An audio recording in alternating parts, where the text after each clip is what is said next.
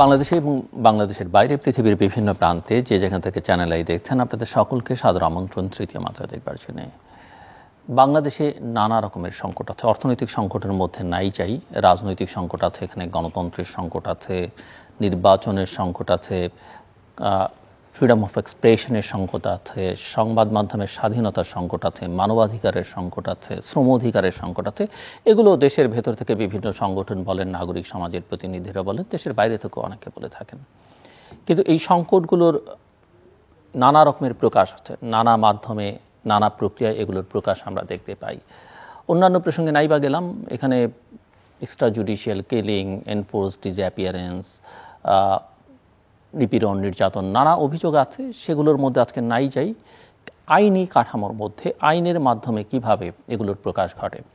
একটা সময় আপনাদের স্মরণ থাকার কথা, আইসিটি অ্যাক্টের 57 ধারা নিয়ে প্রচুর কথাবার্তা হচ্ছে, বিভিন্ন সংবাদ মাধ্যমে লেখালেখি হয়েছে, কথাবার্তা হয়েছে, নানা রকমের প্রতিবাদ হয়েছে।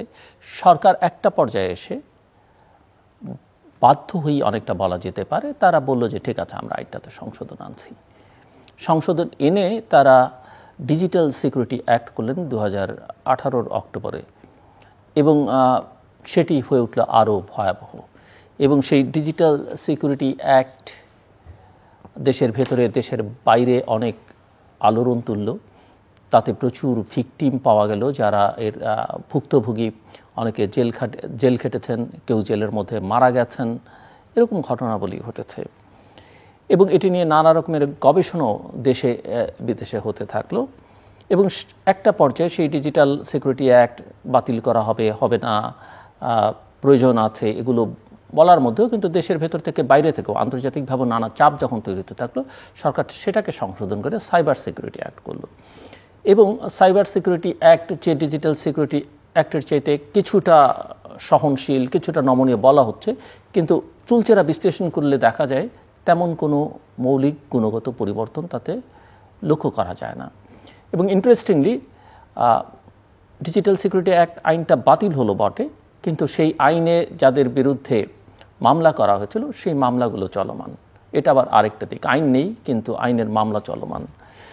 মূলত আমরা ডিজিটাল সিকিউরিটি অ্যাক্ট এবং তার যারা ভুক্তভোগী তাদের নানান অভিজ্ঞতা আজকে শেয়ার করবার চেষ্টা করব। এবং আপনারা জানেন যে এই আইন নিয়ে নানা রকমের গবেষণা হচ্ছে, যেমন সেন্টার ফর গভর্নেন্স স্টাডিজ সিজিএসের একটা সর্বশেষ প্রকাশিত প্রতিবেদনের তথ্য হচ্ছে যে প্রাপ্ত সর্বমোট তাদের প্রাপ্ত 1436 মামলায় অভিযুক্ত হয়েছেন 4520 জন, এর মধ্যে গ্রেপ্তার হয়েছেন 1519 জন।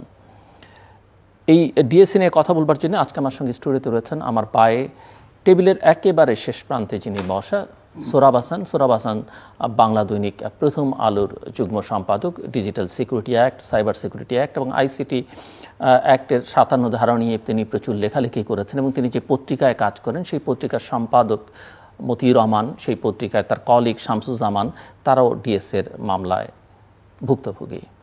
তার পাশে এবং আমার পাশে, অর্থাৎ আমাদের দুজনের মাঝখানে আছেন মোহাম্মদ আব্দুল কাইয়ুম। তিনি সাংবাদিক এবং মানবাধিকার কর্মী, একজন ডিএসএ ভিকটিম, তার বিরুদ্ধে মামলা চলমান আছে যদিও আইন নেই, এবং তিনি ময়মনসিংহ লাইভের সম্পাদক এবং মানবাধিকার সংগঠন অধিকারের সমন্বয়কারী। আমার ডানে যে মেয়েটি বসা, তার নাম আপনারা সবাই জানেন, এবং ডিএসের যে এটা কতটা কঠোর, কতটা খারাপ হতে পারে তার একটা অনন্য নজির হচ্ছে আমার ডানে যিনি বসা, তার বিরুদ্ধে মামলা, যে কারণে মামলা, এবং তারপরে ভুক্তভোগী এই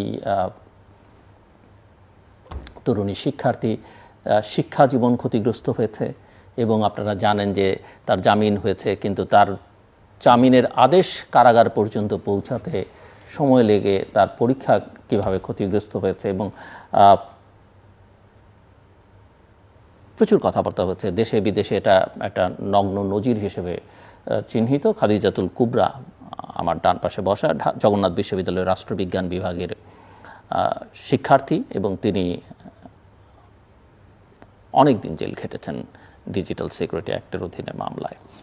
তারপরে রয়েছেন দিদারুল ভূঁইয়া, তিনি রাষ্ট্র সংস্কার আন্দোলনের অর্থনৈতিক সমন্বয়ক। দিদারুল ভূঁইয়ার বিরুদ্ধেও ডিজিটাল সিকিউরিটি অ্যাক্টে মামলা হয়েছে, এবং সেই মামলা এখনও চলমান। বাকি অভিজ্ঞতার কথা আমরা তাদের সবার কাছেই শুনবো। আপনাদের চারজনকেই স্বাগত তৃতীয় মাত্রায়, এবং আপনাদের তিনজনের জন্য যারা ভুক্তভোগী তাদের কাছে আমি কিছু প্রশ্ন রাখতে চাই। আমি মূলত আসলে শুনতে চাই আপনাদের স্টোরি, অর্থাৎ আপনাদের বিরুদ্ধে কবে, কোথায়, কি কারণে মামলা হয়েছিল। আমরা জানি খাদিজার মামলা একটা থেকে তিনি অব্যাহতি পেয়েছেন, আরেকটা মামলা বাতিল হয়ে গেছে, ক্যান্সেল হয়ে গেছে, বাট এবং গ্রেপ্তার করবার পরে আপনাদের পরিবারকে কখন জানানো হলো, মামলার অভিযোগ কে করেছিলেন, কেন করেছিলেন, রিমান্ডে আপনাদের নেওয়া হয়েছিল কি না, হয়ে থাকলে সেই অভিজ্ঞতা কি, কতদিন কারাগারে ছিলেন, সেখানকার অভিজ্ঞতা, খাদিজার তো লেখাপড়া সংক্রান্ত অভিজ্ঞতা আপনি যদি বর্ণনা করেন, এবং মামলার ফলে সামাজিক, মানসিক, অর্থনৈতিকভাবে আপনারা কী ধরনের ক্ষতির সম্মুখীন হয়েছেন, মামলার বর্তমান অবস্থা কি, মামলা হওয়ার পর থেকে কাদের সহযোগিতা পেয়েছেন। খাদিজার কাছে প্রশ্ন অতিরিক্ত থাকবে যে এই মামলা থেকে মুক্তি পেয়ে আসলে আপনি কতটা মুক্ত বোধ করছেন সেটা আমি বুঝতে চাইব। আমি শুরু করতে চাই মিস্টার সোহরাব হাসান আপনাকে দিয়ে, যে আমরা জানি যে ডিজিটাল সিকিউরিটি অ্যাক্টে যারা ভুক্তভোগী তাদের মধ্যে একটা বড় অংশ হচ্ছে সাংবাদিকরা, এবং আমি আপনার পত্রিকার কথা উল্লেখ করলাম। সো এই অ্যাক্ট, এখন সাইবার সিকিউরিটি অ্যাক্ট বা তার আগের আইসিটি অ্যাক্ট 57, কি প্রমাণ করে আসলে কোন বাংলাদেশে আমরা আছি? ধন্যবাদ জিলুর ভাই। এবং এখানে ডিজিটাল নিরাপত্তা আইনের তিনজন ভুক্তভোগী, তাদের প্রতি আমার সহমর্মিতা, সংহতি, এবং আমরা আশা করি যে একসঙ্গে মানবাধিকার রক্ষায় আমরা কাজ করব, এই প্রত্যয়। বিষয়টা হচ্ছে, রাষ্ট্র তো মানুষের তৈরি রাষ্ট্র, অর্থাৎ মানুষের জন্যই রাষ্ট্র। একটি নির্দিষ্ট ভূখণ্ডের মানুষ, তারা একটি সমঝোতায় এসছে বা একটা চুক্তিবদ্ধ হয়েছে যে আমরা একটা রাষ্ট্র করব, এবং রাষ্ট্রের পরিচালনার নানা অঙ্গ আছে, অন্তত প্রধান তিনটি অঙ্গ, একটি বিচার বিভাগ, নির্বাহী বিভাগ আর একটি আইন বিভাগ। এখন এই তিনটি, এবং জনগণই নির্বাচন করবে। এখন রাষ্ট্র, যে জনগণ রাষ্ট্র তৈরি করেছে, রাষ্ট্র যদি সেই জনগণকে সন্দেহ করে যে এরা আমার ক্ষতি করবে, এরা আমার শত্রু, এরা সন্দেহভাজন, তাহলে এই বিপদ হয়। অর্থাৎ রাষ্ট্র পরিচালনার যে আইনগুলো হওয়া উচিত, গণবান্ধব আইন হবে, জনগণের কল্যাণে, এবং সেই জনগণের কল্যাণ যারা ব্যাহত করবে, যারা সার্বভৌমত্ব, স্বাধীনতা বা গণতান্ত্রিক মূল্যবোধ এর বিরুদ্ধে যারা অবস্থান নেবে, বিশেষ করে অন্যের অধিকার হরণ করবে, তাদের বিরুদ্ধেই কিন্তু রাষ্ট্র।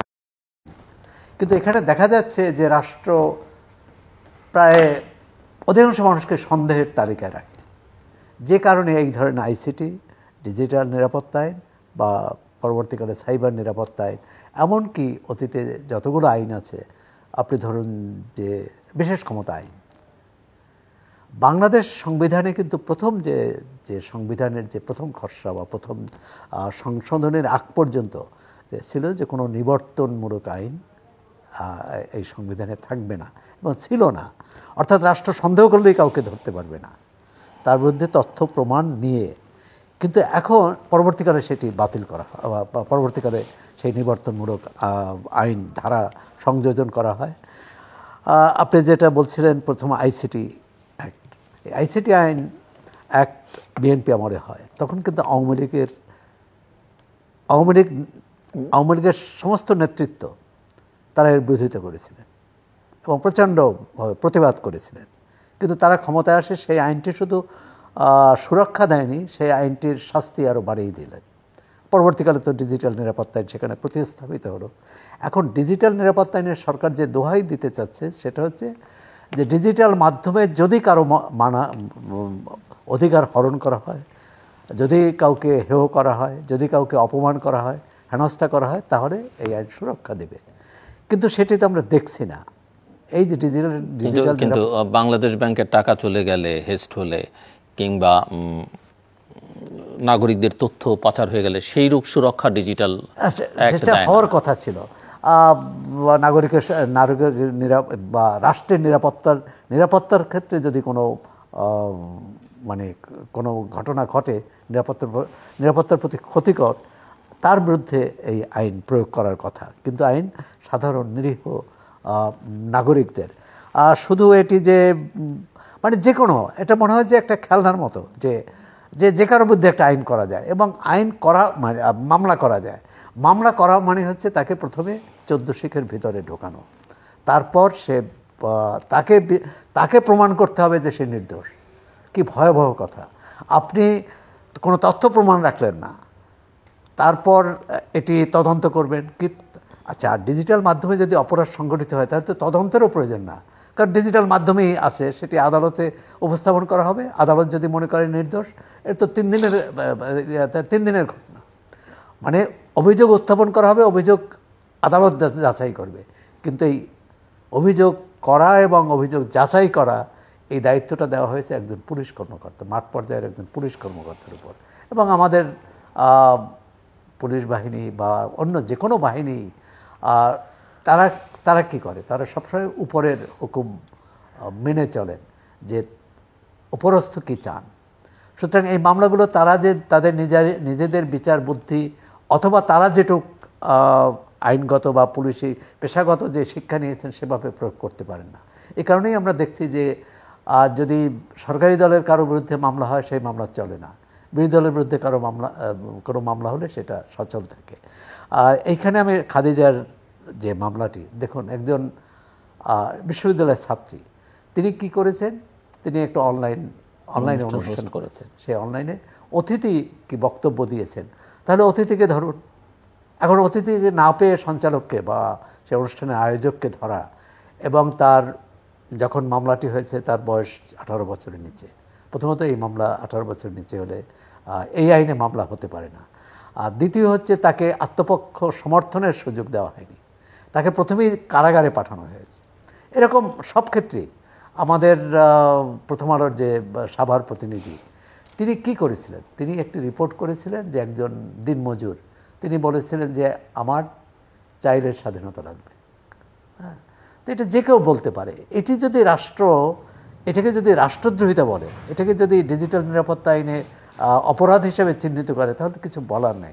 সবচেয়ে ভয়াবহ দিক তারপরে যেটা করেছে, তাকে কিন্তু প্রথম যেমন একজনে মামলা দিল, পুলিশ মনে করলো যে সে বিপজ্জনক আসামি, তাকে আদালতে পাঠিয়ে দিল। তা নয়, তাকে 20 ঘন্টা অজ্ঞাত স্থান নিয়ে যাওয়া হয়েছে।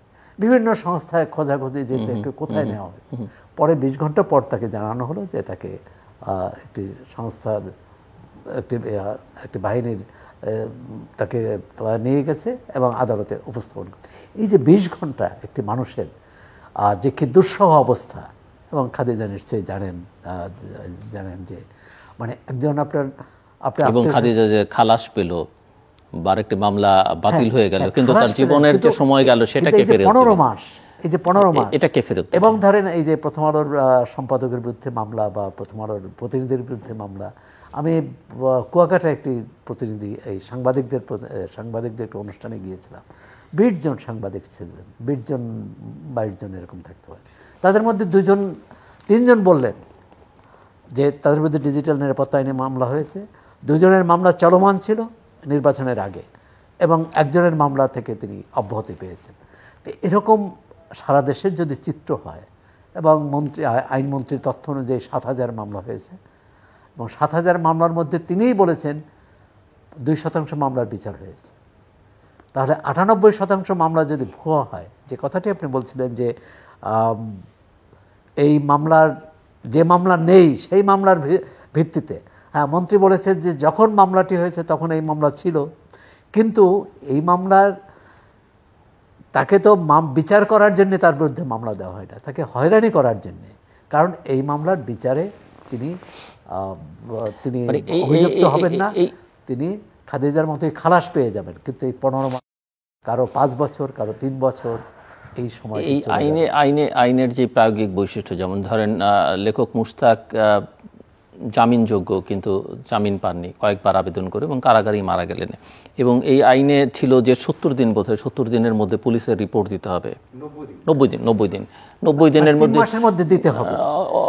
অধিকাংশ মামলাই প্রায় সকল মামলাই, অধিকাংশ বললে ভুল হবে, তিনি 15 দিন সময় তারা দিতে পারেন নাই। এবং মামলার এই যে আমরা বলি না, একটা ভয়ের আবহ, ভয়ের সংস্কৃতি তৈরি করবার জন্য এই আইনের অধীনের মামলা প্রায় অধিকাংশ মামলারই নিষ্পত্তি হয় না। মানে নিষ্পত্তি হলো তো আপনি বুঝতে পারেন যে আমি জেলে থাকলাম, এটা একটা ভয়। এবং পুরো পরিবার, মানে অভিযুক্ত সহ পুরো পরিবার, একজনের বিরুদ্ধে মামলা হলে আপনি দেখুন যে খাদিজার বিরুদ্ধে মামলা হয়েছে, তার সহপাঠীরা, তার সতীর্থরা, তারা কি ভয় আছে যে তারা একটা কথা বলতে ভয় পাবে।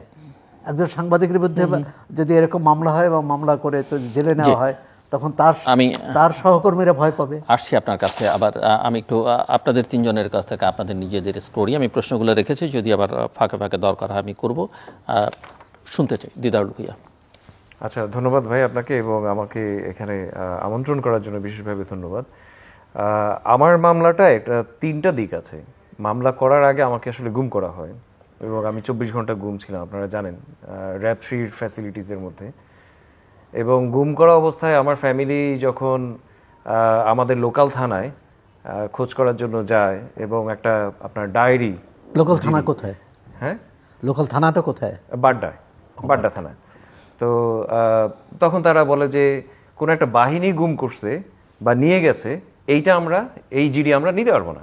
সো আপনি জিডিতে লিখেন যে উনি আসলে বাইরে গেছেন এবং ফিরে আসেন নাই। সো বাধ্য হয়ে আমার ফ্যামিলিকে আসলে সেভাবে এই জিডিটা করতে হয়েছে।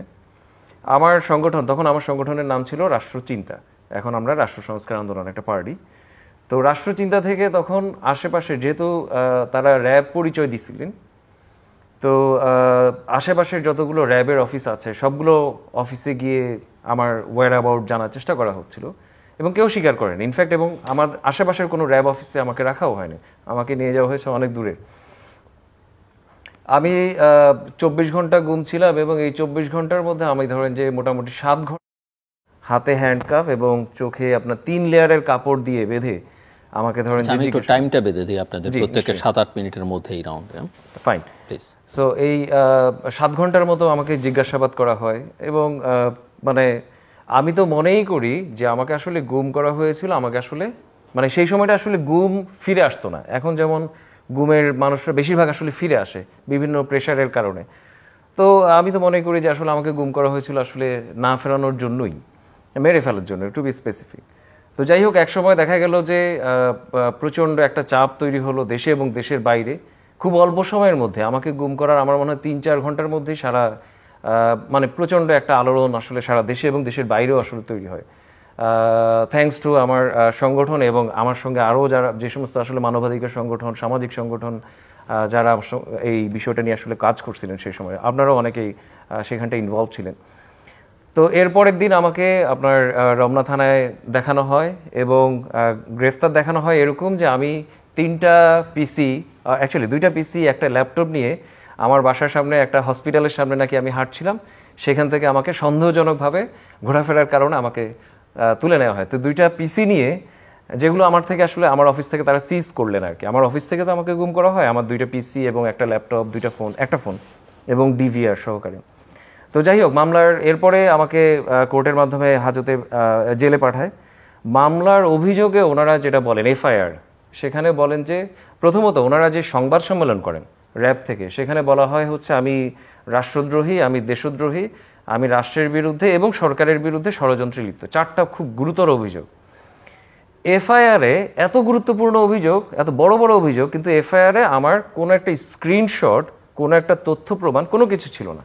শুধু বলা হচ্ছিল যে আমি মামলার 2 নম্বর আসামি মুশতাক আহমেদের সঙ্গে আমার কথোপকথন আছে বা সম্পর্ক আছে।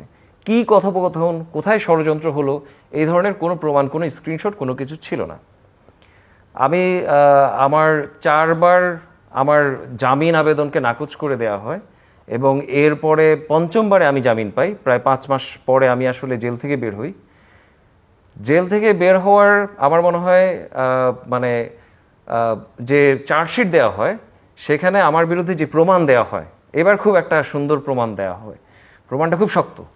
প্রমাণটা হচ্ছে একটা কবিতা, বলা হচ্ছে যে আমি ষড়যন্ত্র করছি। ষড়যন্ত্র তো কোনো কবিতা হইতে পারে না, কোনো পাবলিক পোস্ট তো আসলে ষড়যন্ত্রের প্রমাণ না। আচ্ছা, তবুও মানলাম সেই কবিতাটা যে স্ক্রিনশট দেয়া হয়, এই কবিতাটা আসলে আমি জামিনে বের হওয়ার আরো 3 মাস পরে লেখা, মানে আপনার লেখা, আমার লেখা কবিতা, অবশ্যই আমার লেখা কবিতা। এবং সেই কবিতাটা লেখা আমি জামিনে বের হওয়ার 3 মাস পরে।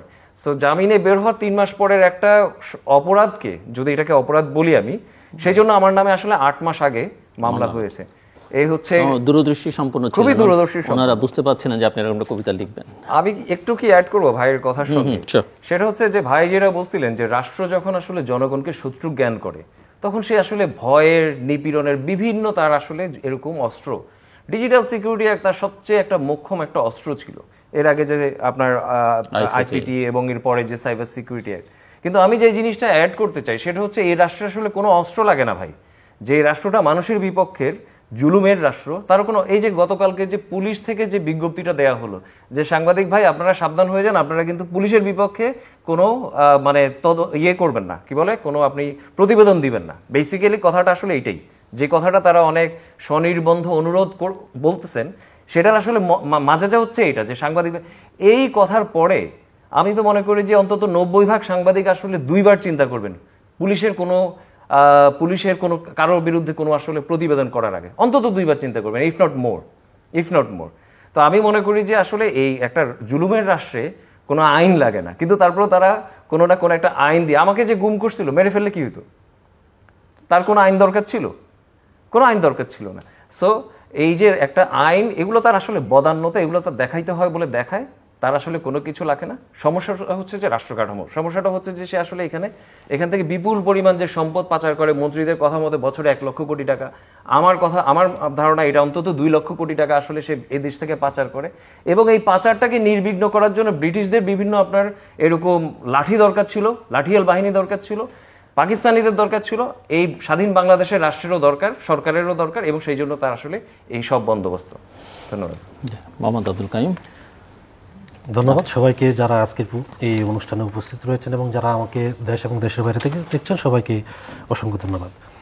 আমি মূলত একজন ভিকটিম হিসেবেই প্রথমে নিজেকে উপস্থাপন করতে চাই। সাংবাদিক, মানবাধিকার কর্মী হচ্ছে, অহরহ হয়রানি হচ্ছে, কিন্তু আমি একজন নিজে ভিকটিম হিসেবে বলতে চাই যে আমাদের এই যে তথ্য প্রযুক্তি আইন, তারপরে আপনার ডিজিটাল নিরাপত্তা আইন, সাইবার সিকিউরিটি অ্যাক্ট, এটা আসলে আমাদের জন্য হয়রানি বললে চলবে না, যে এটা হয়রানিমূলক, আমাদেরকে হয়রানি করার জন্য করা হচ্ছে। এটা মূলত হচ্ছে আমাদের লাইফটাকে ধ্বংস করে দেওয়ার জন্য এই আইনগুলো করা হচ্ছে। বাংলাদেশের নাগরিকদের মানে জনজীবন বিপর্যস্ত করার জন্য, এমনকি তাদের যে ভবিষ্যৎ জীবন কাঠামো তারা যেন না তৈরি করতে পারে। যেমন বিরোধী দল তারা মুভমেন্ট বন্ধ করে দেওয়ার জন্য তাদের উপরে বিভিন্ন ধরনের হামলা করা হয়ে থাকে, তেমনিভাবে সাংবাদিক, মানবাধিকার কর্মী বা প্রতিবাদী যারা আছেন, যারা সরকারের সমালোচনা করেন, তাদেরকে থামিয়ে দেওয়ার জন্য কিন্তু মূলত এই আইনগুলো করা হচ্ছে। এটা স্পষ্ট। আমরা যদি দেখি তথ্য প্রযুক্তি আইন থেকে, আমরা যদি দেখি, আমি যেহেতু একটা মানবাধিকার সংগঠনের সাথে সম্পৃক্ত, আমি জাস্ট একটু ইনক্লুড করবো যে আসলে আমাদের বিরুদ্ধে কীভাবে হয়রানি করা হচ্ছে, আমার বিরুদ্ধে কীভাবে হয়রানি করা হচ্ছে, আমার সাথে এটা সম্পৃক্ততা কী। অধিকারের বিরুদ্ধে কিন্তু 2006 সালের একটা তথ্য প্রযুক্তি আইনে কিন্তু মামলা হয়। দেখেন, শাপলা চত্বরের যে নিহতের ঘটনা, এই ঘটনায় যে নিহতের সংখ্যাটা, এটা কিন্তু অধিকার নিজে বলে নাই বা প্রকাশ করেন নামগুলা, এটা বড় প্রমাণ আছে। বিভিন্ন পত্রপত্রিকায় হেফাজতে ইসলামের মানে তাদের যে বিবৃতি আছে সেটা কিন্তু প্রকাশ করা হয়েছে। এমনকি আপনি প্রথম আলো বলেন, সমকাল বলেন, সবাই কিন্তু ওই সংখ্যাটাই, হেফাজতের সংখ্যাটাই কিন্তু প্রকাশ করছে। অধিকারও কিন্তু ঠিক সেম সংখ্যাটাই কিন্তু তারা বলতে চাইছে যে আমাদের কাছে একটা খসড়া লিস্ট আসছে, খসড়া লিস্ট আমাদের কাছে আসছে, এটা আমরা বলতে চাচ্ছি যে আমাদের কাছে এরকম একটা সংখ্যা আছে। কি করা হলো? তাদের বিরুদ্ধে তাদেরকে গ্রেপ্তার করা হলো, তাদেরকে জেলে পাঠানো হলো। কিন্তু বিষয়টা দেখেন, এখানে একটা বড় গুরুত্বপূর্ণ বিষয়, এই 61 জনের যে লিস্ট তারা বলছে যে এরা প্রকাশ করছে, আদৌ কিন্তু অধিকার প্রকাশ করে না। এটার বড় প্রমাণ হচ্ছে তথ্য মন্ত্রণালয় 2013 সালের 10 জুলাই অধিকারকে একটা চিঠি দেয়। মানে ঘটনা ঘটার 5ই মের পরে, মে, জুন, জুলাই 2 মাস পরে একটা চিঠি দেয়। ওই চিঠিতে তারা বলে যে 61 জনের নাম ঠিকানা আপনারা দেন আমাদেরকে। আর এটা 12ই আগস্ট 2013 সালে তৎকালীন তথ্যমন্ত্রী কিন্তু বলছে যে আমাদেরকে অধিকার একটা লিখিত চিঠি দিয়েছে, তারা বলছে যে তারা দিতে রাজি, বাট তাদের কিছু শর্ত আছে। তাদের শর্তগুলো কি ছিল দেখেন, নিহতদের তালিকা অনুসন্ধানের ক্ষেত্রে যেসব মানবাধিকার সংগঠন কাজ করছে তাদের সঙ্গে আলোচনার ভিত্তিতে অবিলম্বে সুপ্রিম কোর্টের একজন অবসরপ্রাপ্ত বিচারপতির নেতৃত্বে একটি নিরপেক্ষ তদন্ত কমিশন গঠন করতে হবে। অবিলম্বে বলছে, মানে তারা দিতে চায়। 2, তথ্য প্রদানকারী ভিকটিম বা পরিবার এবং সাক্ষীদের জন্য সুরক্ষার সুস্পষ্ট প্রতিশ্রুতি দেয়া এবং সে ব্যাপারে যথাযথ ব্যবস্থা গ্রহণ করা। 3, এই তথ্য প্রদানকারী ভিকটিম তাদের পরিবার এবং সাক্ষীদের ক্ষেত্রে কোনো ধরনের মানবাধিকার লঙ্ঘনের ঘটনা ঘটবে না সেই ব্যাপারে নিশ্চয়তা দেয়া। এই নিশ্চয়তার শর্তগুলো যদি পালন করে তাহলেই অধিকার তাদের কাছে যে লিস্টগুলো আছে বা কষ্টাগুলো আছে সেগুলো দিবে। কিন্তু এখন বিষয়টা হচ্ছে কি, অধিকার আবার কিন্তু বলছে যে আমরা যদি এই লিস্টগুলো প্রকাশ করি বা দেই সেক্ষেত্রে ভিকটিম পরিবারের জন্য একটা হয়রানি সৃষ্টি করতে পারে সরকার বা রাষ্ট্রীয় গোয়েন্দা সংস্থা বা নিরাপত্তা বাহিনী সংস্থা। সুতরাং আমরা আন্তর্জাতিক মানবাধিকার লঙ্ঘন করতে পারবো না কখনোই। কিন্তু সরকার এটা না করে করলো কি, অধিকারের সেক্রেটারি জেনারেল আব্দুর রহমান খানকে এই মামলায় অন্তর্ভুক্ত করে এবং ডাইরেক্টর নাসিরউদ্দিন আহলানকে জেলে পাঠানো হলো। তার মানে আমরা প্রথম দিন থেকে দেখলাম যে অধিকার কখনো তার লিস্ট প্রকাশ করে নাই, তারপরেও ওই 61 জনের নাম বইলে প্রচার করে অপপ্রচার করে তাদেরকে ফাঁসানো হচ্ছে। এটার বড় প্রমাণ হচ্ছে তথ্য মন্ত্রণালয় থেকে 2 মাস পরে তাদেরকে চিঠি দিয়ে বলা হয়েছে যে আপনারা নাম ঠিকানা দেন। যদি নাম ঠিকানা তারা আগে পাইতো তাহলে তো আবার চিঠি দেওয়ার দরকার ছিল না। সুতরাং তারা কখনোই এই নাম ঠিকানা প্রকাশ করে নাই। তাদেরকে হয়রানি করার উদ্দেশ্যে মূলত এই তথ্য প্রযুক্তি আইনের ব্যবহারটা করা হয়েছে। আমি মনে করি যে তখন থেকেই, এবং এই তথ্য প্রযুক্তি আইনের প্রথম মামলা রায় হয়েছে তাদের মাধ্যমে। আপনার কথা উত্তর শুনতে এখন চাই। আমার বিষয়টা হচ্ছে যে আমি মানবাধিকার কর্মকাণ্ডের সাথে সম্পৃক্ত থাকার কারণে আমি ময়মনসিংহে কিন্তু বিভিন্ন ধরনের গুম প্রতিরোধ দিবস বা ডিজিটাল নিরাপত্তা আইন নিয়ে বা সাইবার তথ্য প্রযুক্তি আইন নিয়ে আমরা মানববন্ধন করেছি আমাদের নেটওয়ার্কের সদস্যদেরকে নিয়ে। এগুলা পুলিশের তরফ থেকে বিভিন্ন সময় আমাদের কাছে মানে ফোন আসছে, আমাদেরকে বলছে যে কেন আপনারা এইসব করেন, কাইয়ুম আপনি এগুলো বন্ধ রাখেন, এগুলো করবেন না, সরাসরি আমাকে বলছে। এমনকি সবচেয়ে বড় নজির হচ্ছে গত 10ই ডিসেম্বর যে আন্তর্জাতিক মানবাধিকার দিবস ছিল, সে তার আগের দিন আমাকে পুলিশ খবর দিয়ে, থানার ওসি খবর দিয়ে নিয়ে বলছে যে আপনি এই প্রোগ্রামটা করবেন না। সুতরাং আমি এই মানবাধিকার কর্মকাণ্ডের সাথে জড়িত থাকার কারণে আমাকে কোনোভাবেই পারছিল না তাকে মানে আমাকে ফাঁসানোর জন্য। তারা করলো কি, একজন সরকার দলীয় এমপির জামাতাকে দিয়ে আমার বিরুদ্ধে একটা মামলা দায়ের করালো। আর এই মামলাটা হচ্ছে যে তার কাছ থেকে চাঁদা চেয়েছি, তার বিরুদ্ধে আমি বিভিন্ন ধরনের অপপ্রচার করেছি, এই সব সংক্রান্ত বিষয় উল্লেখ করে সে আমার বিরুদ্ধে মামলা করেছে। অথচ এই মামলার আগে সে ওই যে জামাতা, সে আমাকে তার একটা ওয়েবসাইট তৈরি করার জন্য আমাকে বলে, আমি একজন ফ্রিল্যান্সার, আমি ওয়েবসাইট ডেভেলপার হিসেবে কাজ করি, আমাকে বলে যে আপনি একটা ওয়েবসাইট তৈরি করে দেন। বাট আমি যখন তার ওয়েবসাইটটা তৈরি করার পর তার অফিসে যাই, সে বলে যে অফিসে আসেন, আপনি বিলটা নিয়ে যান। আমি যাওয়ার পর আমাকে বলে কি যে এই যে $200 দিলাম, বাকিটা পরে দিব, ডলার দিতে চাই সে। আমি বললাম কি যে আসলে আমি তো ডলার নিতে পারবো না, কারণ আমি ডলার এক্সচেঞ্জ কোথায় করবো, আমার টাকা, আমি টাকা নিব। সে না বলে কি $200 নিয়ে যান, পরে দিব। আমি টাকাটা না নিয়ে চলে আসছি, তার সাথে বাকি আলাপ করে যে না আপনি যখন পারেন তখন দিয়ে। তার অফিস থেকে বের হওয়ার পরে আমি গেটে আসতে আমাকে ডিবির 7 জন সদস্য আমাকে চতুর্দিকে ঘিরে ফেলে, বলে কি আপনার সাথে ডলার আছে, $200 আপনার কাছে আছে। তারা স্পেসিফিক করে বলছে যে আপনার সাথে $200 আছে। তারা আমাকে সার্চ করে দেখলো যে আমার সাথে কোনো ডলার নেই। তারপর আমাকে নিয়ে যাওয়া হলো, সে সময় রোজার দিন ছিল, আমাকে নিয়ে যাওয়ার পর এলআইসি শাখাতে নিয়ে যাওয়া হলো। এলআইসি শাখাতে আমার ফোনের পাসওয়ার্ড, আমার মোবাইলের ফেসবুকের পাসওয়ার্ড, আমার ওয়েবসাইটের পাসওয়ার্ড, আমি যেটা সম্পাদনা করি সেটার পাসওয়ার্ড, সমস্ত কিছু তারা নিয়ে নেয়। বলে কি যে আপনি যদি না দেন তাহলে কি আপনার উপর আমরা টর্চার করতে বাধ্য হবো, সুতরাং আগে দিয়ে দেন। আমি ভাবলাম যে আমার এখানে কিছু নাই, আমার এখানে নিবে। আমি স্পষ্ট দেখতে পেলাম যে আমার ওয়েবসাইট থেকে আমি যেসব মানবাধিকার সংশ্লিষ্ট পোস্ট করেছি, বিভিন্ন সময় বিভিন্ন সংগঠনের বিবৃতি, বা আমি আমার ফেসবুকে যেসব পোস্ট করেছি সেগুলো তারা ডিলিট করতেছে আমার সামনে বসে থেকে, এলআইসি শাখা থেকে। ডিলিট করার পরে কিছু কিছু পোস্ট তারা রাইখে দেয় স্ক্রিনশট। এলআইসি মানে লোকাল, তারা ওইখানে মনিটরিং করে আর কি, ওটা ডিবির একটা শাখা। তা আমাকে তারা তাদের ডিবি অফিসে নিল, তখন এলআইসি শাখা থেকে ডিবি অফিসে নেওয়ার পরে আমাকে মোটামুটি টর্চার করেছে। সেই টর্চারের বিশাল বর্ণনা আপনারা পাবেন মানব জমিনের 26শে মেয়ের একটা এতে, দেখবেন যে আপনারা আব্দুল কাইয়ুমের নিঃশর্ত মুক্তি দাবি দ্য অবজারভেটরি একটা বিশাল আছে। তা টর্চার করার পরে আমাকে বারবার আমাকে বলতে চাচ্ছে যে আমি সরকার বিরোধী কর্মকাণ্ডে লিপ্ত, এই কথা আমার প্রকাশ করার জন্য, যে আপনি বিভিন্ন সোশ্যাল মিডিয়ায় বা ওয়েবসাইটে আপনি সরকার বিরোধী কাজ করেন, এগুলো বললে আমরা আপনাকে আপাতত হয়তো বা এখানে অ্যারেস্ট করছি, কালকে সকালে ছেড়ে দিব একটা লিখিত নিয়ে, মানে আমাকে সাদা কাগজে একটা লিখিত নিয়ে যে আর করবেন না এই মর্মে ছেড়ে দিব। আমি বলছি যে না, আসলে তো আমি সরকার বিরোধী কোনো কাজ করি নাই, আর আমি সরকারের বিরোধী যদি আমি রাষ্ট্রের বিরুদ্ধে কথা বলতাম বা রাষ্ট্রের বিরুদ্ধে ষড়যন্ত্র করতাম তাহলে আমার বিরুদ্ধে অপরাধ হইতো। বাট সরকারের সমালোচনা করেছি, সরকারের বিরুদ্ধে যেসব প্রতিবেদন আসছে বা যেসব বিবৃতি আসছে সরকারের মানবাধিকার লঙ্ঘনের বিষয়ে, সেগুলো আমি প্রকাশ করেছি। এগুলো তো আমার অন্যায় হতে পারে না। তারপরে তারা আমাকে বিভিন্ন ধরনের টর্চার করেছে, আমার ফোন টোন তো সবই নিয়ে নিছে আগে। নেওয়ার পর আমাকে পরের দিন তারা আদালতে হস্তান্তর করার কথা, কিন্তু আমাকে তারা হস্তান্তর করে নাই।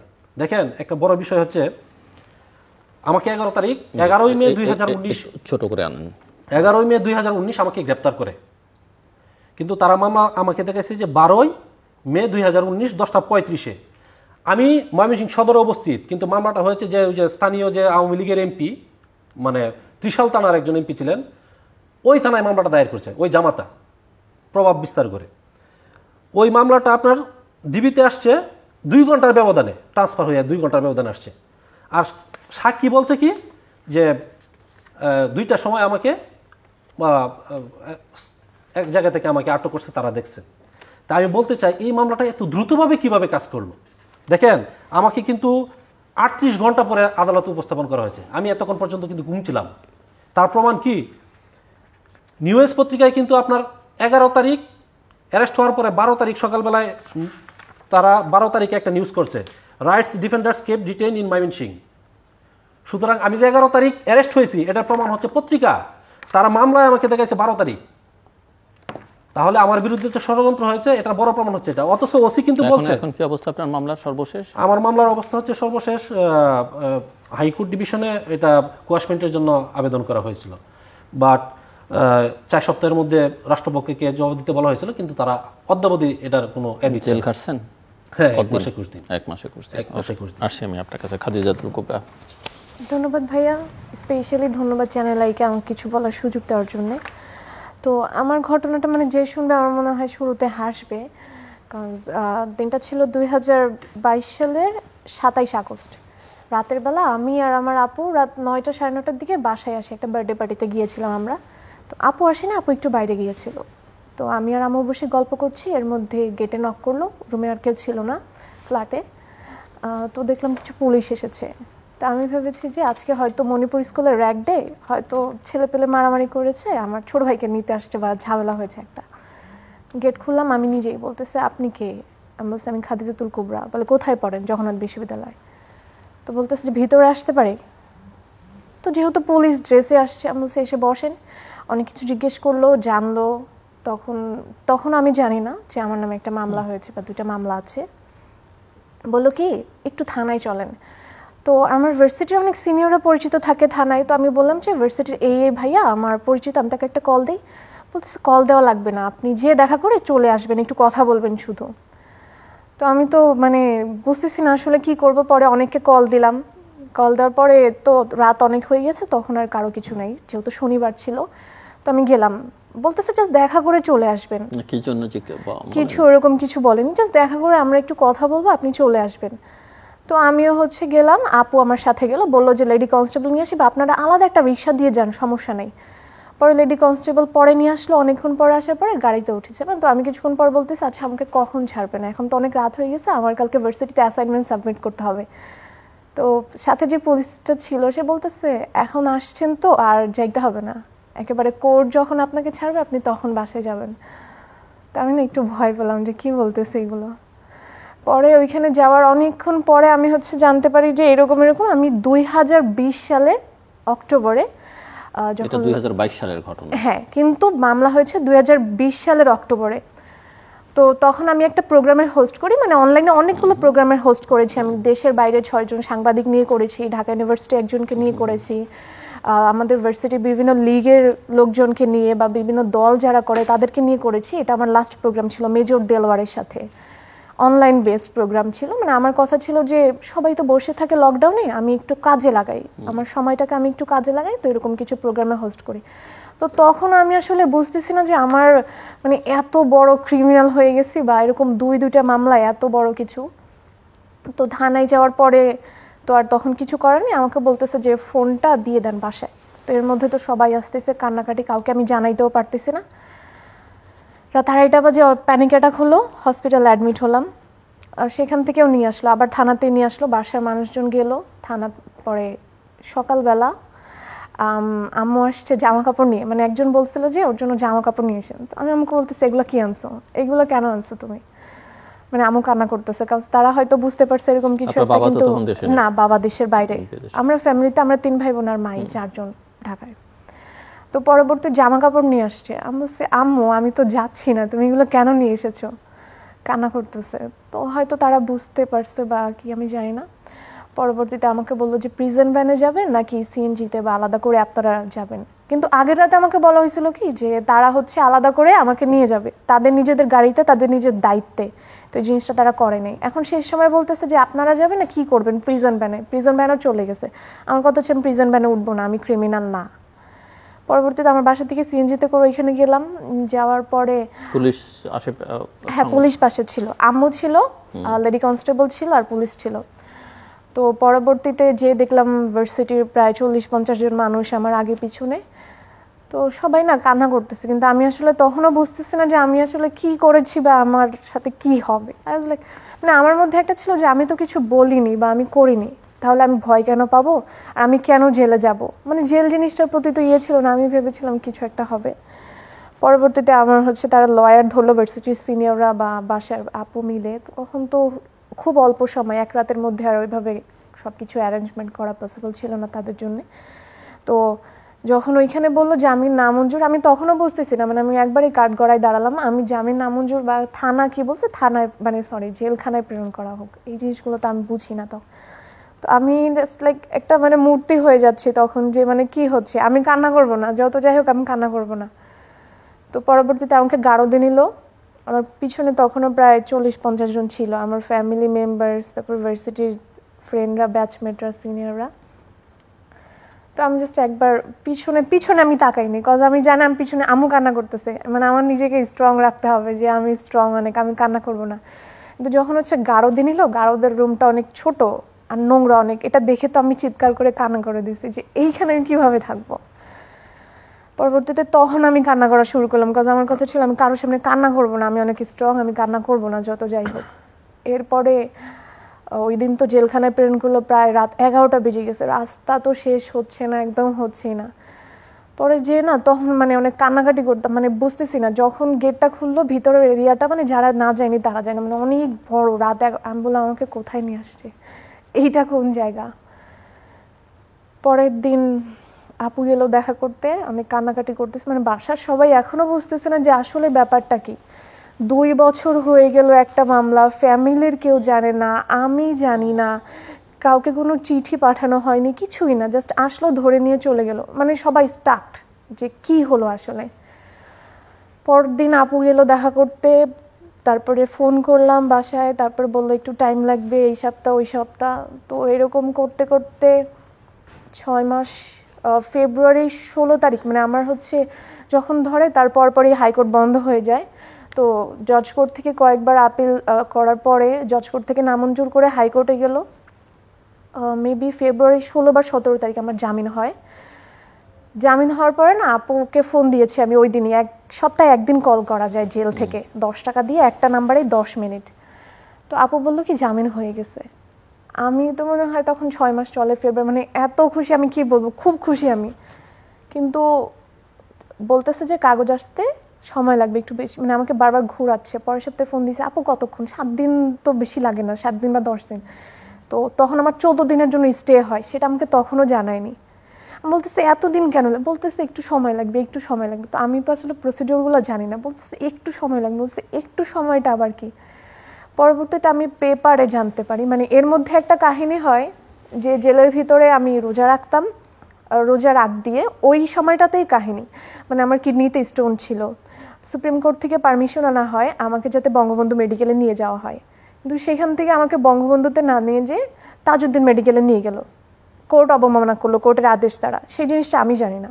তো আমার আপু কোনো মতো এটা জানতে পারলো, বাসায় জানতে পারলো। জানার পরে হচ্ছে কোর্টে বা নানাভাবে জেলখানায় প্রেশার আসলো যে এটা তো অলরেডি কোর্ট থেকে পারমিশন দেওয়া যে আপনি এখানে নিয়ে যাবেন, তাহলে আপনি এই আসামিকে এখানে কেন নিয়ে গেলেন। তারা কোনোভাবে প্রেশারাইজড হলো, পরবর্তীতে তারা আমাকে ওইখানে নিয়ে গেলো। এখন যে তারা যে আমার জন্য কথা শুনলো, সেই জিনিসটা তো কোনোভাবে আমার উপর দিয়ে তাদের চালাতে হবে।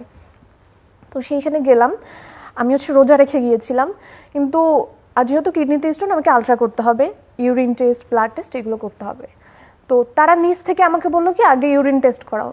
তো আমি তো কথা বলবো না, তাও আমি বললাম যে আপু আলট্রা করতে হলে তো ইউরিনটা টেস্ট পরে করাতে হবে, কিন্তু যেহেতু এটা অনেক বড়, এইখান থেকে ওইখানে শিফটিং করতে হবে, তো এটা তাদের ভুল, এইখানে আমি কিছু জানি না। পরবর্তী আলট্রা করতে যেহেতু আর আমার ইউরিনের কোনো চাপ নেই, প্রেশার নেই, কী করবা তুমি তো রোজা। আমি বলছি রোজা, আমার ট্রিটমেন্ট আগে। তো আমি রোজা ভেঙে সেখানেই পানি খেলাম, কিন্তু তারা সেই জিনিসটা কি করে মানে অনেক কিছু বলল যে হচ্ছে আমি হসপিটালে না, পরবর্তীতে একবার আমাকে তারা বলতেছে ভিতরে যে তুমি হসপিটালে যে খারাপ ব্যবহার করেছো, কিন্তু মিডিয়াতে এটা বলেছে যে আমি নাকি ভিতরে খারাপ ব্যবহার করেছি, এই জন্য আমাকে 7 দিনের কন্ডেম সেল দেওয়া হলো।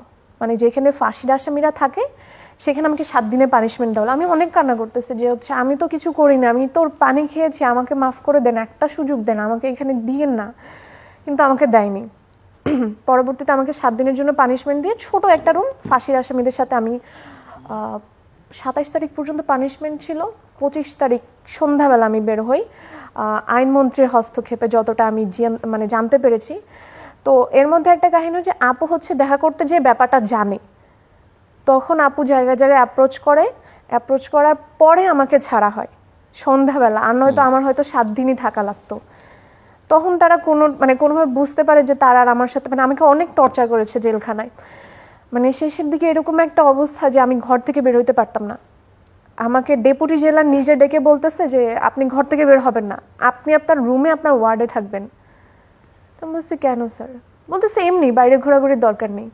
আবার যখনই আমার সাথে দেখা করতে যেত বাসার মানুষজন আমাকে জিজ্ঞেস করতো কি আজকে কে এসেছিল, কোন পেপারে কালকে খবর শুনবো, এইভাবে আমাকে ট্রিগার করা হতো ভিতরে। এমন হয়েছে একদিন আমি আম কুড়িয়েছি, সেই আমগুলো নিয়ে যাওয়া হয়েছে, অপমান করা হয়েছে। সো টোটাল আপনি জেল খাটলেন কত? 1.5 বছর? 15 মাস। হ্যাঁ, তো ওইখানে আসি যে 14 দিনের জন্য আমার স্টে করা হলো। সেই ফেব্রুয়ারি মাসের 16 তারিখ থেকে দিন পাল্টাতে 14 দিন শেষ হতে আমার জুলাই মাসের 10 তারিখ শুনানি হয়। ফেব্রুয়ারি, মার্চ, এপ্রিল, মে, জুন, জুলাই, প্রায় 5 মাস। 14 দিন আমার শেষ হতে আমার প্রায় 5 মাস শেষ। জুলাই মাসের 10 তারিখে বললো 4 মাসের জন্য আবার স্থগিত। তখন তো আমার মাথায় আকাশ ভেঙে পড়লো। এটা এই করে করে 15 মাস আসলো, এবং 15 মাস শেষে যখন আপনার জামিন মিলল, তখন আপনার পরীক্ষা চলছিল? হ্যাঁ, পরীক্ষা চলছিল, এবং পরীক্ষা শুরু হবে 20 তারিখে। তো আমি তখনও জাস্ট আমি একটা প্রে করতেছিলাম যে আমি বাইরে যে এক্সাম দিব, কোনোভাবে কোর্ট পারমিশন করে বই খাতা আমাকে দেওয়া হয়েছিল ভিতরে। পরবর্তীতে আমার 13 তারিখ শুনানির কথা, কিন্তু আমার সিরিয়াল পাওয়া যায়নি। কিন্তু যখন হচ্ছে রুটিন দিল পরীক্ষার, তখন আমার যে ব্যারিস্টার জ্যোতির্ময় স্যার, সে আমাকে অনেক হেল্প করেছে, আমার জন্য এক প্রকার দেবতা। আমি তখন তাকে ধন্যবাদ জানি না, আমি এখানেও বলতেছি তার কথা। তো সে হচ্ছে যে দাঁড়ালো যে মেয়েটার এক্সাম 15 মাস তো হয়ে গেল। পরে যে নতুন যেই বিচারপতি হলো, সে আমাকে জামিন দিল কিছু শর্ত নিয়ে। পরবর্তীতে 20 তারিখে আমি বের হলাম। তো এই যে মাঝখানে জানিটা না, মাঝখানে তো ইয়েও হলো আপনার, জামিনের আদেশ পৌঁছাতো সময়। হ্যাঁ, পৌঁছানোর সময়টা সন্ধ্যাবেলায় পৌঁছেছিল, কিন্তু তারা আমাকে বের করেনি। পরের দিন সকালে আমাকে তারা বের করে। তো এই যে প্রসিডিউরটা, এর মধ্যে না আমি মাঝে মাঝে অনেক তিক্ত হয়ে যেতাম যে আমি কি এমন করেছি। আমার তো একটা ভিডিও আছে, আমি বাসায় বলতাম, আমি নেক্সট টাইম যখন আমি কোর্টে যাব, আমি বলবো যে আপনারা আমার ভিডিও দেখেন, আমি যতটুকু অপরাধ করেছি আমাকে তার উপর বেসিস করে করে দেন, আমাকে তার উপরে পানিশমেন্ট দেন। এরকম একটা স্টোরি তো অনেক বড় আসলে, এগুলো এত স্বল্প সময়, কিন্তু ইন্টারেস্টিং বিষয় আছে। হ্যাঁ, বাট 2 মিনিটের মধ্যে শেষ করতে হবে, এবং এটাই আপনার ফাইনাল রাউন্ড। সো আমার হাতে খুব বেশি সময় নেই। আমার বিরুদ্ধে যে চার্জশিটটা দিয়েছে, এটা খুব একটা মজার বিষয়। চার্জশিটে উল্লেখ করছে, ফরেনসিক রিপোর্টে আমার বিরুদ্ধে কোথাও কোনো বিষয় নাই, পাওয়া যায় নাই। উল্লেখ আছে যে আব্দুল কাইমের বিরুদ্ধে ওই আমার যে জব্দকৃত রয়েছে সেগুলা করে কিছু পাওয়া যায় নাই। ফরেনসিক রিপোর্টে স্পষ্ট লেখা আছে যে আমার ফোন ব্যবহার করে ফরেনসিক রিপোর্টে কিছু পাওয়া যায় নাই। একটা নাম্বার পাওয়া গেছে, আমি যে আইডিটার কথা বলা হয়েছে, ওই আইডিটা হচ্ছে একটা নাম্বারের এগেনস্টে করা, কিন্তু পুলিশ কখনো ওই নাম্বারটা কার এটা জানতে চায় নাই, হ্যাঁ, বা উদ্ধার করে নাই। এটা আমার বিরুদ্ধে একটা তারা মিথ্যা একটা ফেক আইডি তৈরি করে আমার বিরুদ্ধে এটা অপপ্রচার করেছিল এক। সুতরাং ফরেন্সিক রিপোর্টে একটা ফাইনালেই দিছে যে তার বিরুদ্ধে কখনো সে কোথাও পোস্ট করছে, কাউকে ফোন দিয়ে হুমকি দিয়েছে, এরকম কোনো কিছু পাওয়া যায় নাই।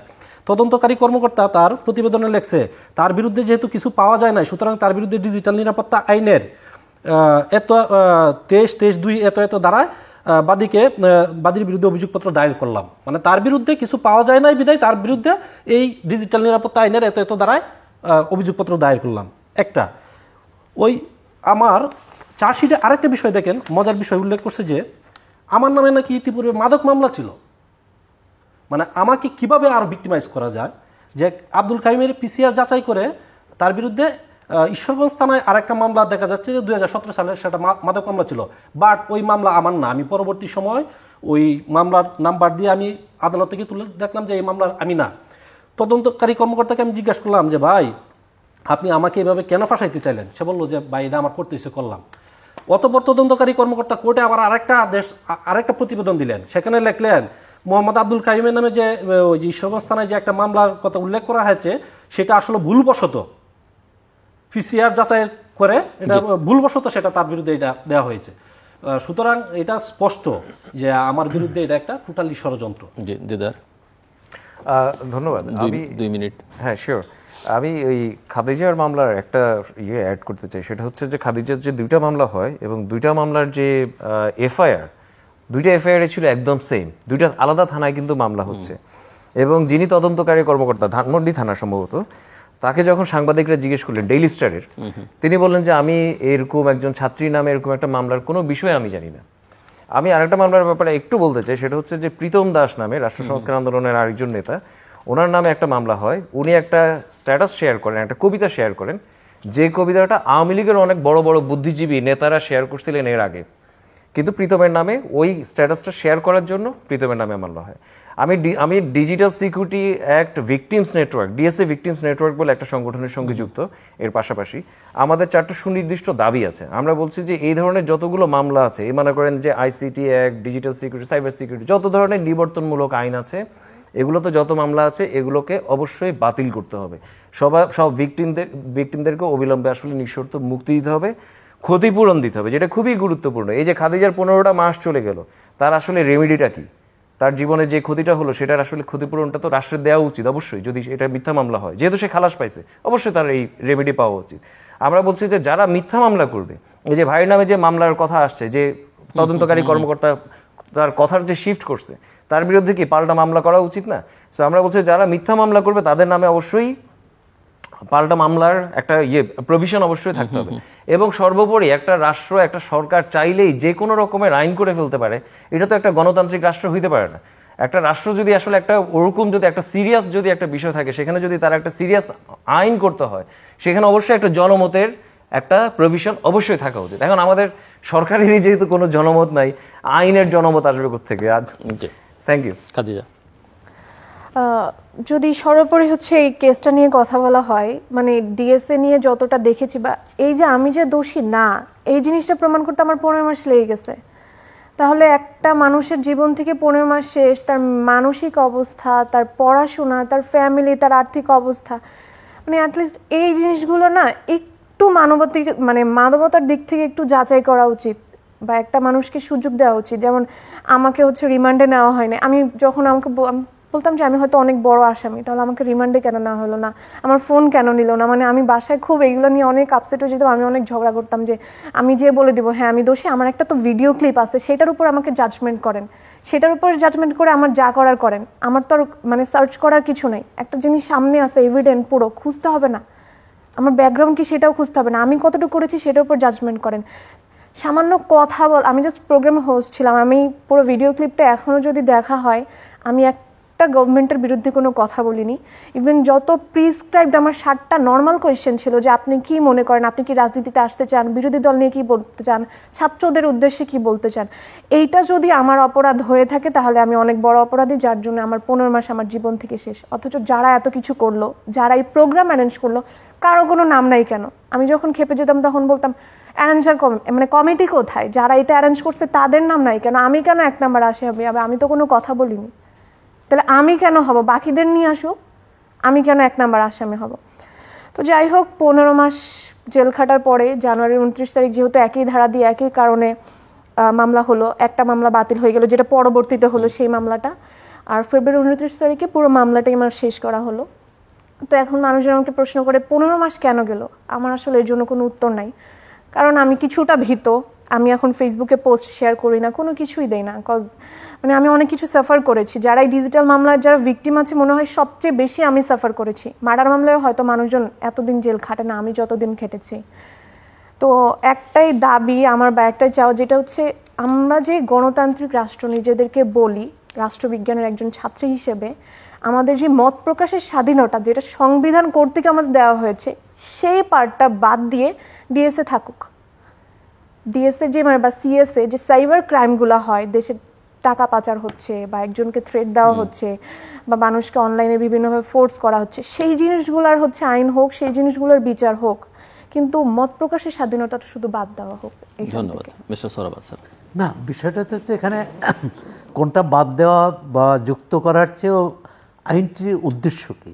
আইনটির উদ্দেশ্য কি অপরাধ নির্মূল করা, অপরাধ নিয়ন্ত্রণ করা, না নাগরিকদের ভয় পাইয়ে দেওয়া? আপনার এই 3 জন যে ভুক্তভোগী যে কথা বললেন, সেখানে দেখুন আইনে যাই থাকুক, যারা প্রয়োগ করেছে তারা ভুক্তভোগীদের কিভাবে হেনস্থা করেছে বেআইনিভাবে। আইনে কারো জেল হতে পারে, তাই না? ডিজিটাল নিরাপত্তা আইনে বা এই পরবর্তীকালে সাইবার নিরাপত্তা আইনে কে কোন অপরাধ করলে তাদের আইনের চোখে একটা বিচারের শাস্তির বিধান আছে। কিন্তু শাস্তির আগে যে শাস্তি দেওয়া হলো, অর্থাৎ আমাদের যে বিচারিক ব্যবস্থা, আমাদের যে আদালত পর্যন্ত যাওয়ার আগে যে ঘটনাগুলো করছে, এ তো যে কোনো মানুষের জীবনে একটা ট্রমা, মানে কী বলে, একটা দুঃসহ অবস্থা। এটি কিভাবে রোধ করা যায়? একটা হচ্ছে যে, আর রাষ্ট্র কেন নাগরিকদের সন্দেহ করবে? রাষ্ট্র তো নাগরিকদের, রাষ্ট্র তো মানুষের। সুতরাং মানুষই রাষ্ট্র তৈরি করে, রাষ্ট্র মানুষ তৈরি করে না। সুতরাং আমি বলবো যে এই ডিজিটাল নিরাপত্তা আইন সরকার বিলম্বে হলেও এটা বুঝতে পারছে এই আইনটি সমীচীন ছিল না, এই আইনটি মানবাধিকারের বিরুদ্ধে ছিল। কিন্তু পরবর্তীকালে যেটা পরিবর্তন করা হলো, সেটি কতটা মানবাধিকার রক্ষা করেছে, এই প্রশ্নটিকে কিন্তু আপনাদের বক্তব্যে এসেছে এবং বিভিন্ন আইন বিশেষজ্ঞরা বলেছেন। কিন্তু আমি মনে করি যে আইন নাগরিকের অধিকার সুরক্ষা দিয়ে, আর যে বিষয়টি হচ্ছে যে একজন তিনি মনে করলেন যে তার মানহানি হয়েছে, কিন্তু তার পক্ষে সারা বাংলাদেশে 100 জন লোক মামলা করলো, এটা তো হতে পারে না। তারপর অনেকগুলো আছে যেগুলো সংজ্ঞায়িত করা কীভাবে করা হবে, যে মুক্তিযুদ্ধের চেতনা। এখন আমি তো মনে করি মুক্তিযুদ্ধের চেতনা যে মূল ভিত্তি, সেখানে রাষ্ট্রধর্ম থাকতে পারে না। এখন এটা কি মুক্তিযুদ্ধের চেতনার তাহলে রাষ্ট্রধর্ম থাকাটা মুক্তিযুদ্ধের চেতনা বিরোধী? কিন্তু সরকার কি এটা মনে করবে, বা আইন কি এটা প্রয়োগ করবে না? সুতরাং আমরা আইনের ব্যাখ্যা বা আর মুক্তিযুদ্ধের চেতনাটা মানুষের হৃদয়ে থাকবে, প্রতিটি মানুষের মনে থাকবে। সেটা সংজ্ঞা দিয়ে, সেটা আপনি আইন দিয়ে কিন্তু এটাকে নির্ধারণ করতে পারেন না। আরেকটি হচ্ছে যে রাষ্ট্র নাগরিকের সম্পর্কটা, এই সম্পর্কটা যত কাছাকাছি আসবে, যত ঘনিষ্ঠ হবে, তত এই আইনের প্রয়োজনীয়তাও হারাবে। এই আইন দিয়ে প্রথম দেখার বিষয় যে কতটি অপরাধ নিয়ন্ত্রণ করা গেছে, অর্থাৎ ডিজিটাল মাধ্যমিক অপরাধ কমেছে এই আইনের পরে, কমেনি। তার মানে আইনটি কার্যকারিতা নেই বা কার্যকর করতে পারেনি সরকার। ডিজিটাল নিরাপত্তা আইনের জায়গায় সাইবার নিরাপত্তা আইন করা হয়েছে, কিন্তু এখানেও এত ভয়াবহ বিষয় আছে। এখানে হয়তো কিছু ক্ষেত্রে জামিনের ব্যবস্থা আছে, কিছু ক্ষেত্রে শাস্তির জেলের পরিবর্তে জরিমানার কথা আছে, কিন্তু জরিমানার অঙ্ক বাড়িয়ে দেওয়া হচ্ছে, জরিমানার অঙ্ক বাড়ানো হয়েছে। দ্বিতীয় হচ্ছে যে এই যে রাষ্ট্রীয় অফিস স্থাপনা, গুরুত্বপূর্ণ স্থাপনার ক্ষেত্রে বলা হয়েছে যে কেউ তার অনুমতি ছাড়া। এখন সাংবাদিকের দায়িত্ব কি? সাংবাদিকের দায়িত্ব হচ্ছে যে কোনোভাবে তথ্যটা নেয়া, সেটি বাংলাদেশ ব্যাংক হোক বা অন্য যে কোনো প্রতিষ্ঠান হোক। এখন সেখানে যদি সাংবাদিকের প্রবেশ না করতে পারে, তার মানে রাষ্ট্রের নিরাপত্তার সঙ্গে যুক্ত ছাড়া অন্য কোনো ব্যাপারেই সাংবাদিক কেন নাগরিকের সেখানে যাওয়ার ক্ষেত্রে কোনো নিষেধাজ্ঞা থাকা উচিত নয়।